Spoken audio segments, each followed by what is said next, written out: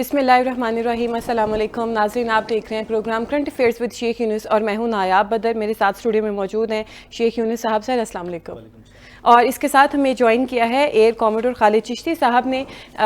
ہم آج بات کریں گے ایران, اسرائیل اور امریکہ کی جنگ پر کہ یہ جنگ جو ہے بہت دلچسپ مراحل میں داخل ہو چکی ہے. ایران اسرائیل جو ہے, ایران امریکہ اور اسرائیل کو ہر محاذ پر شکست دیتا ہوا دکھائی دے رہا ہے.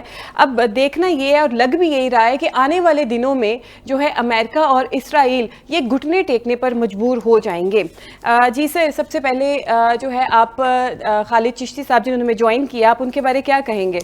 بہت شکریہ نیاب. جی خالد ایئر کوموڈور خالد چشتی صاحب جی اس وقت جو ہمارے جتنے بھی جو ڈیفنس اینالسٹ ہیں جی ان میں ایک ممتاز جو ہے نا وہ حیثیت اختیار کر چکے ہیں. اس کی ہم نے واضح مثال جب پاکستان اور انڈیا کے درمیان جو وہ بنیان المرصوص جو مارکا حق ہوا تھا, اس میں ہم نے دیکھا تھا جس طرح ہماری گراؤنڈ فورسز جو ہیں وہ انڈیا کے خلاف لڑ رہی تھی, جی جس طرح ہماری پاک فوج انڈیا کے خلاف لڑ رہی تھی. تو خالد مسعود چشتی صاحب کی آواز اس وقت ان کی سپورٹ میں ہمیں بڑے واضح طور پہ نظر آئی. جی اور یہ کہنا میرے خیال کو غلط نہیں ہوگا کہ میڈیا کے محاذ کے اوپر جس طرح خالد چشتی صاحب نے وہ مارکا حق لڑا تو ان کو بھی خراج تحسین پیش کرنا چاہیے. جی چشتی صاحب, میں آپ سے تھوڑا سا یہ پوچھوں گا کہ یہ موجودہ جو امریکہ, ایران اور اسرائیل کی جنگ ہے, اس میں ہم ایک بڑا واضح طور پہ 2025 کی جو جنگ تھی ایک چینجز ہم دیکھ رہے ہیں. جس طریقے سے ایران کی فورسز نے ایرانی بیسز کو تباہ کر دیا ہے, جس طریقے سے ان کے تھاٹ سسٹم کو تباہ کیا ہے, ان کے پیٹرائٹ سسٹم کو تباہ کر دیا گیا ہے. ہم نے دیکھا ایک ان کا ریڈار سسٹم تھا جس کو پرائیڈ آف امریکہ کہا جاتا تھا, ANFPS, اس کو تباہ کیا. اور کویت کے اندر جس طرح F-15E گرے, ان کو ان کے جو جہاز تھے ان کو ایران کی ٹیکنالوجی نے, ایرانیوں نے جس طریقے سے ان کے جہازوں کو ان کے دشمن کے جہازوں کے سٹیٹس میں تبدیل کیا, اس کے بارے میں بھی ہمیں تھوڑا سا بتائیے گا. اور آج کل ہم نے دیکھا جس طرح عراق میں سیف سی وشنو کے نام سے جو ٹینکر بردار جو ان کے آئل ٹینکر تھے وہ تباہ کیے. آج جو خبر آ رہی ہے کہ وہ ابراہیم لنکن پر بھی حملہ ہوا ہے, اس کی کو فوٹیج جا رہی ہے. ابھی جو ہے نا امریکہ اس کی ایک KC-135 جو جہاز ہے وہ بھی جو ہے نا وہ ریفیولر ٹینکر ان کو اس کو کہا جاتا ہے. اچھا ہمیں چشتی صاحب یہ بتائیے گا, یہ اتنی ساری کامیابیاں اور اس طریقے سے ہم دیکھ رہے ہیں ہر جگہ پہ ایران فرنٹ فٹ پہ آ کے لڑ رہا ہے, اس کے اندر میجر چینجز کیا آئی ہے 2025 سے؟ ایسی کیا چیز ان کے ہاتھ میں آ گئی جس سے وہ بالکل امریکہ کے GPS سسٹم کو, امریکہ کی ساری جو ان کی ٹیکنالوجیز ہیں ان کو مات دے رہے ہیں؟ جی بہت شکریہ نایاب, آپ نے انوائٹ کیا, اور شیخ صاحب آپ نے بہت میری ہمبل سی کنٹریبیوشن کے لیے اچھے الفاظ استعمال کیے, میں اللہ تعالیٰ کا شکر گزار. دیکھیے یہ جو جنگ ہے یہ آل ٹوگیدر ڈفرینٹ ہے جو جون 2025 میں لڑی گئی تھی. آ رہی ہے جی میری آواز؟ جی جی سر آ رہی ہے آپ کی آواز. جی میں یہ کہہ رہا تھا کہ یہ وہ جنگ بالکل مختلف ہے جو ایران نے جون 2025 میں لڑی تھی. وہ یہ کہ ظاہر ہے اس وقت بھی ایران کو پتا تھا کہ ہوائی حملے ہی ہوں گے, آبویسلی ان کو پتا تھا کہ بحری اٹیک بہت کم ہو سکتا ہے, انفینٹری یا ٹینکس اور شیلوں نے گولہ باری نہیں کرنی. لیکن اس کے باوجود اب جو جنگ ہے اس کے زیادہ ایران بہت بہتر تیار تھا. حالانکہ اس دفعہ بھی مذاکرات کے درمیان ہی جنگ شروع کر دی گئی ہے اور ایک سرپرائز دیا گیا تھا, لیکن ایران کی تیاری اس طرح بہت ڈیفینسو پوائنٹ آف ویو سے بھی بڑی بہتر تیاری تھی کہ انہوں نے بہت زیادہ بنکرز کریٹ کیے ہیں, انہوں نے ٹنلز اور زیادہ ڈگ آؤٹ کیے ہیں, انہوں نے اور ڈیپتھ کی ہے اپنے ویپنس کو چھپانے کے لیے. کیونکہ میں اکثر کہتا ہوں کہ ایران نے عام طور پر جو جنگ لڑی جاتی ہے وہ کیپیبلٹی اور حوصلے سے لڑی جاتی ہے, لیکن ایران کی جنگ اسپیشل اس لیے ہے کہ انہوں نے ایک تیسرا ڈائمینشن بھی ہے جو ایران اسپیسیفک ہی ہے, وہ ہے ان کی سروائیویبلٹی ان کے ویپنس کی اور ان کی فائرنگ میکینزم کی. وہ انہوں نے بہت اچھا اس دفعہ چھپایا بھی ہے, کنسیل بھی کیا ہوا ہے, اور ٹنلز میں بھی اس کو پرزرو بھی کیا ہوا ہے. تو جو جس طریقے سے یہ نکال رہے ہیں آلموسٹ یہ پورا آلموسٹ 1.7 ملین اسکوائر کلومیٹر کا ایریا ہے, اس میں تقریباً 32-33 ان کے ڈسٹرکٹ ہیں, اور اتنا زیادہ انفراسٹرکچر پورا پھیلا ہوا ہے, تو تمام کے تمام اس وقت ڈی سینٹرلائز طریقے سے لڑ رہا ہے. کیونکہ پچھلی جنگ میں بھی آپ نے دیکھا ہوگا کہ 37 لیڈر پہلے دن شہید کر دیے گئے تھے, 19 نیوکلیر سائنٹسٹ شہید کر دیے گئے تھے. اس دفعہ بھی 50 تقریباً ان کے جو ٹاپ لیڈرشپ تھی انکلوڈنگ آیت اللہ خامنائی, ان کو شہید کر دیا گیا. تو ان کا سسٹم بڑا میچور ہے. سسٹم مطلب ہے ان میں ریڈنڈنسی ہے, انہوں نے لیڈر آف سکسیشن بہت اچھی تیار کیا ہے کہ اگر ایک نہ رہے تو دوسرا ٹیک اوور کر لیتا ہے. اسی طرح میں ان کا سسٹم پڑھ رہا تھا کہ ان کے تمام جو کمانڈرز لوکل ہیں انڈیویجولی مختلف ڈسٹرکٹس میں, وہ سمجھے انڈیپینڈنٹ کمانڈرز ہیں. ان کو پتا ہے کہ ان کا کون سا ٹارگٹ ہے, ان کو پتا ہے ان کا ویپنز کون سا استعمال کرنا ہے, ان کو پتا ہے کس ٹائم پہ استعمال کرنا ہے. کمنگ ٹو جو ابھی ریسنٹ ہوا ہے, یہ ایک ریزالو ہے. بنیادی طور پر ایران کا جو مینڈیٹ ہے, اس نے جنگ جیتنی نہیں ہے, صرف جنگ ہارنی نہیں ہے. جبکہ امریکہ نے اپنے لوگوں کے, دنیا کے لوگوں کو, اسرائیل نے بھی بہت کچھ اپنے بارے میں بتایا کہ نمبر 1 ملٹری ہے, انونسبل ہے, انورنریبل ہے, ہم تو چند گھنٹوں میں ہم نے وینزویلا کا یہ حال کر دیا, تو آئندہ فلاں جو بھی ہمارے سامنے آئے گا یہ کر دیں گے. انہوں نے بہت پازیٹیو ریزلٹس اور وار ٹرافی دکھانی ہے ہم نے لوگوں کو.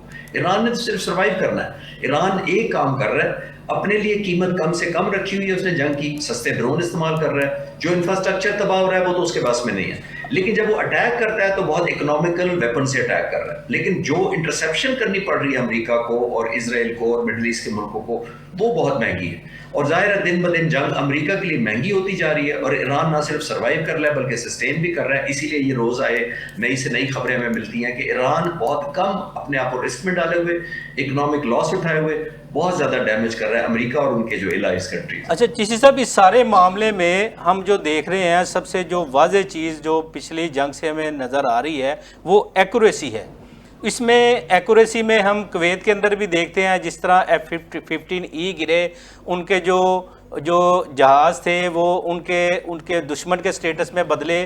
وہ یہ جو ایکوریسی ہے اور یہ جو ساری ٹیکنالوجی ہے, یہ جو میری انفارمیشن ہے اس کے مطابق ایک چائنیز جو ہے بیدو سیٹلائٹ نیویگیشن سسٹم ہے جو 4 تھاٹ تباہ کر چکا ہے, جو ابھی تک موجودہ جو بھی ایکوریسی ان کو حاصل ہو رہی ہے. اب یہ جو بیدو جو نیویگیشن سیٹلائٹ سسٹم ہے اور اس کے GPS کے, آپ ان دونوں میں کیا فرق دیکھتے ہیں؟ نہیں, ہمیں اس سے ڈائیورٹ کرنے سے پہلے ہمیں ایک اور دیکھنی چاہیے ہمیں چیز کہ ایران نے پچھلے 7-8 مہینوں میں بہت ایکوریٹلی ڈیٹا اور انفارمیشن گیدرنگ کی ہے اپنے جو انٹینڈڈ ٹارگٹ تھے.